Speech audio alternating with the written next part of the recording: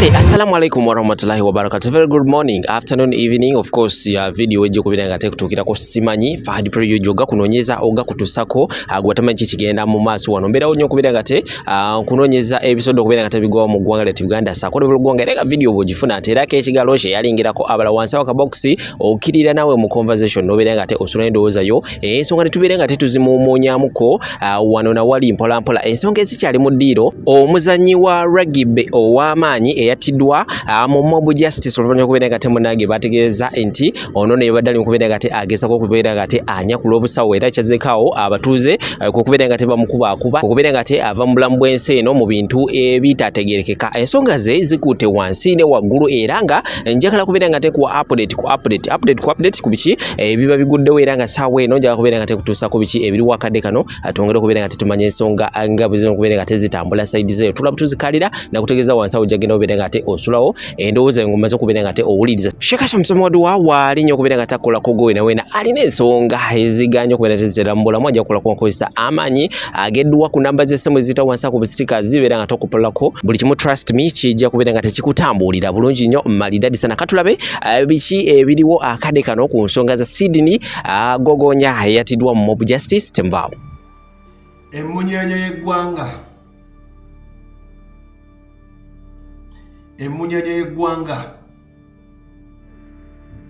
muyite star yafudde such a senseless death. Emunyenye y'eggwanga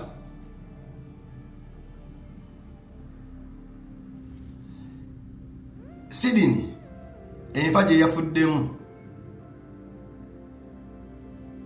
bino ebintu bibaddewo mu ggwanga Uganda mu ggwanga eri abantu ab'ekyayi mu ggwanga ng'amateeka tegakola mu ggwanga ng'amateeka bagatwalira mu ngalo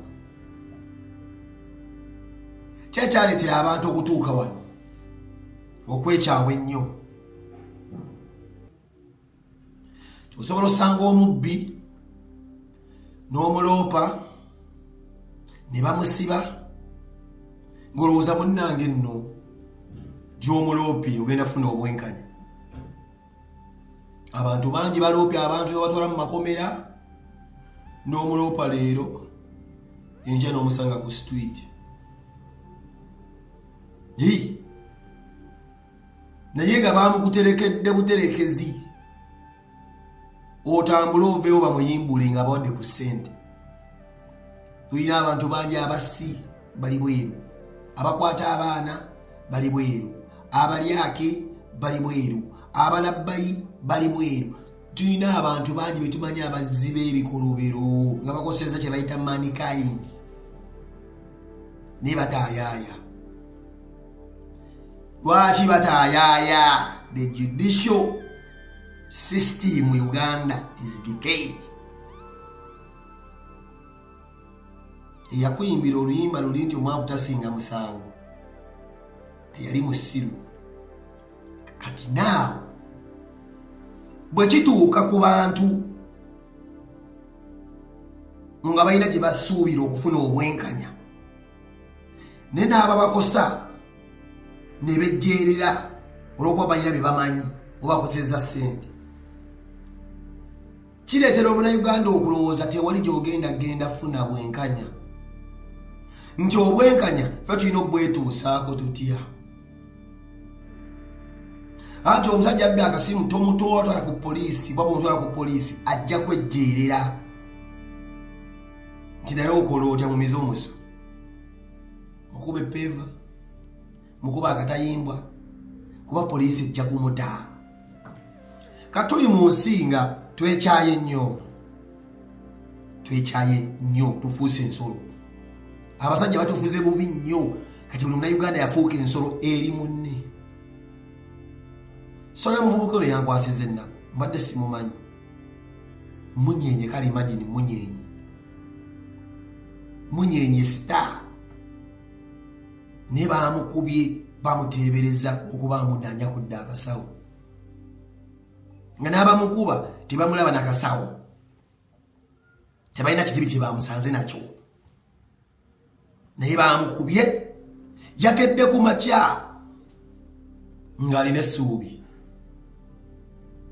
sikirutiro wa Uganda omudali gwa rugby simanyi yakedde ku machanga taata omulala yali saaba yakedde ku machanga gwe nga naye ayina ebirooto ne pulani ez'olunaku naye yabadde mu kifo ekikyamu ku ssaawa enkyamu naye ng'essaawa enkyamu n'ekifo ekikyamu Uganda byatandika ddi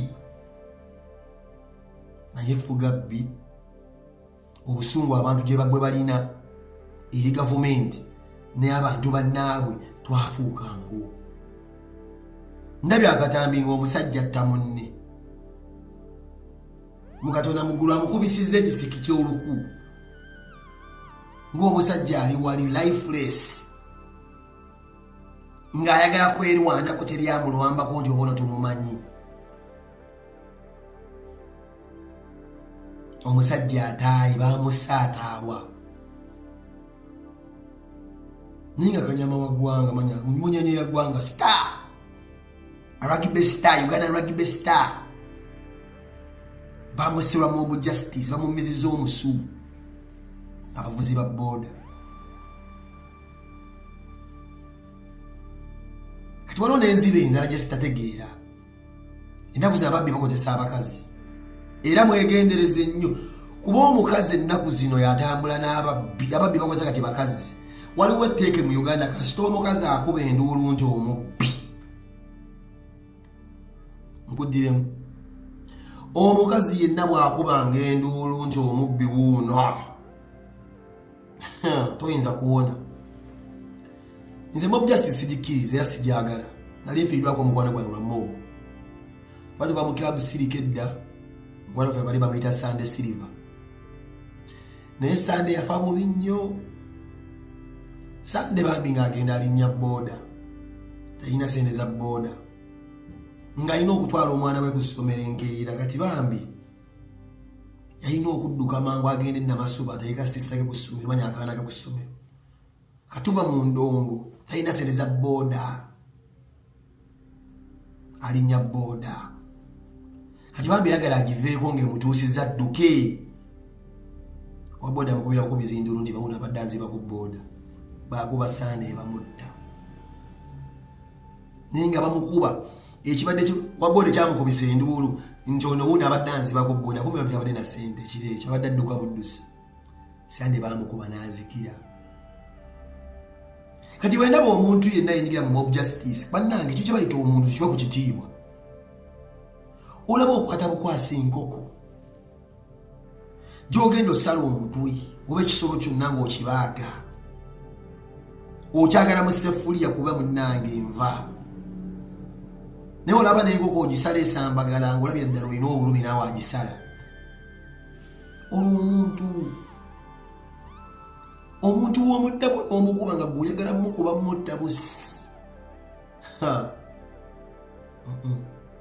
tubetwalira amateeka mu ngalo bannange atafira nk'omukwano gwe mu mobu osobola essaawa yonna okugwa mu mobu z'abantu ne bakumiza omusu osobola okubeera mu kifo ekikyamu ku ssaawa enkyamu essaawa yonna bakumiza omusu kintu kiri ku rugby player era kiyinza okutuuka kalaba vidiyo eno watya ng'obadde olinawo otambula nga babbiiwo naye ng'alabye omubbi agambye oyambadde saati nzirugavu naye kyakutte oyambadde saati nzirugavu kati muvubuka otambula ova ku kyalo bajja banoonya ayambadde saati nzirugavu bakusanga we babbye essaawa yonna omuntu asobola okwesanga mu mbeera ey'obulabe ng'obulamu bwe bayinza okubutwala mbagambye twekyaye nnyo Abannayuganda tukendeze obusungu n'amateeka obutakola bannegaletedde abantu okufuuka engo njati oyo n'omukola bwoti abajja kumuta oyo n'omukola bwati bajja muwa bbeeyi kati abantu beekyaye kuba tebafuna bwenkanya abamu abagala amateeka gakole kibinya ekyomusajja ono bambi ankwasizza ennaku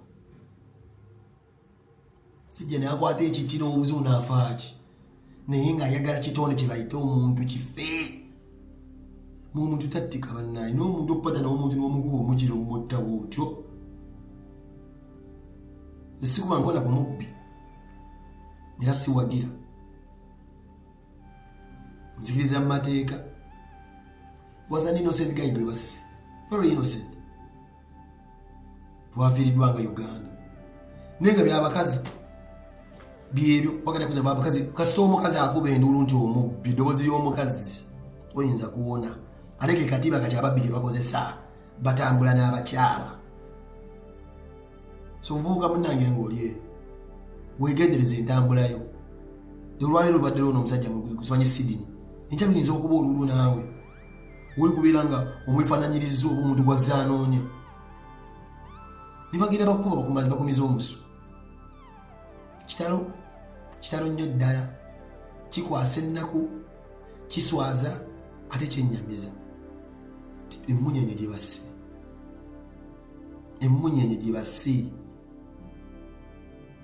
Munyenye. Rugby star. N'aba boda. Mukenezedde mwe ku busungu. Bamanyiga abantu abasinga okutta mwe abasinga abukambwe aba boda mukeneza obusungu.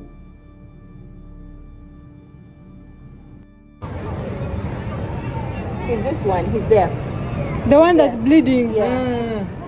Umulaba. Where is he going? They're still beating Yeah, they're him. stoning him. Good. He wants to get a border to go. Where are they letting him go? Until they finish beating him.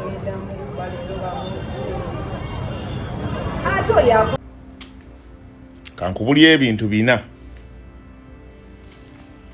byotagenda kusanga mu nsi yonna nga waliwo abikusomesezza nenga bikyasinza okuba spiritual kumpi mu buli nsi.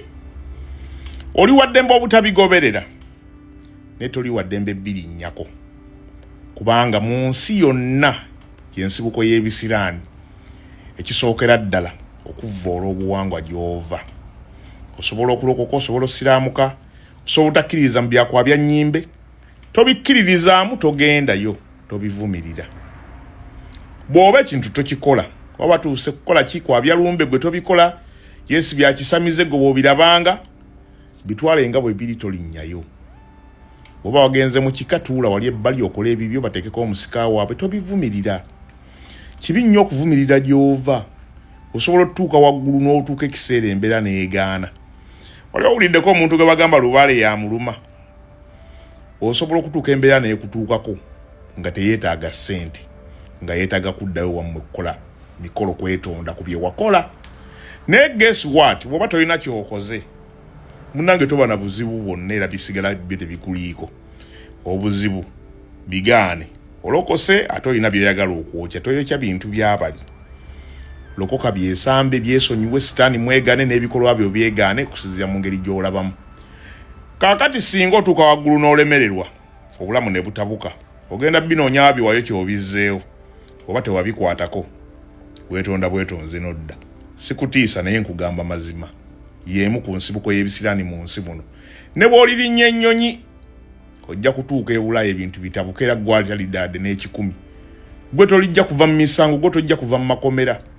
Wegendereze gy'ova. Ne bw'oba tobikkiririzamu nga gw'olina ekkubo ly'okutte ddala. Kwata kkubo lyo, tovumirira kintu kyonna, biri tobisinza ne tobivumirira. Namba 2, kino mu nsi yonna mu buwangwa bw'abayindizo omanyi nsomako ku kaliki ez'enjawulo. Okutta ekintu ekitalina kikikuliiridde ate nga togenda kirya. Okutta ekisolo ensiri ekuluma oli waddembe ogikuba oli kubanga ekutta. Naye omusota mu Buganda bamanye ennono. Omusota bwe gulabika agamba guyina gwe gulabikiddemu era tebamala gakuba musota. Gundi gwe tozannya ne kye bayita mother nature. Osanga omusota n'ogukuba bukubi tomanyi gye gwavudde ne weetera akabasa. Ekintu ky'otagenda kulya nga tekirina kikikuliiridde kireke kigende. Naliko eddaawo era nkiwuliddeko emirundi mingi nga bakyogerako nti ttimba tebagittira bwerere nga terina kyeridde ati si bagiwa embuzi n'egiya ne musobola ogitta. Abazungu botta omusota musango era bakusiba. Botta omusota ne bakumanya nti wassa omusota botte ekintu kyonna kebere embaata ya munsiko n'ogikuba n'ogitta n'otagirya nga togisse na intention kuba bw'oba oyagala kulya ebisolo ebyo bakuwa olukusa ne bakuwa ne license kukkiriza obiyiga oli wadde mba okiyiga n'ojjayo license yo n'ogenda n'oyigga oba musoto oba kino okiyiga n'okitta n'okitwala ewaka n'okirya tebakuyinaako buzibu tomusota nga tolina kyogenda kugukozesa e Bulaaya musango munene nnyera gusibya kizibu nnyo nakubirako wano omusajja ng'akantu ekibe kagundi kalakuuni lakuuni oba kyeki mu Luganda ndooza gulinga muyaayo oba musege nga gulemedde mu kasasiro omukazi najja n'emmotoka ambulance nejja ne bagujjamu ne baguyoyoota gonna e Bulaaya tebatta kisolo okimanyi nti n'omusota wano okubira paramedics bajja ne bajjanjaba omusota ne baguzza mu nsiko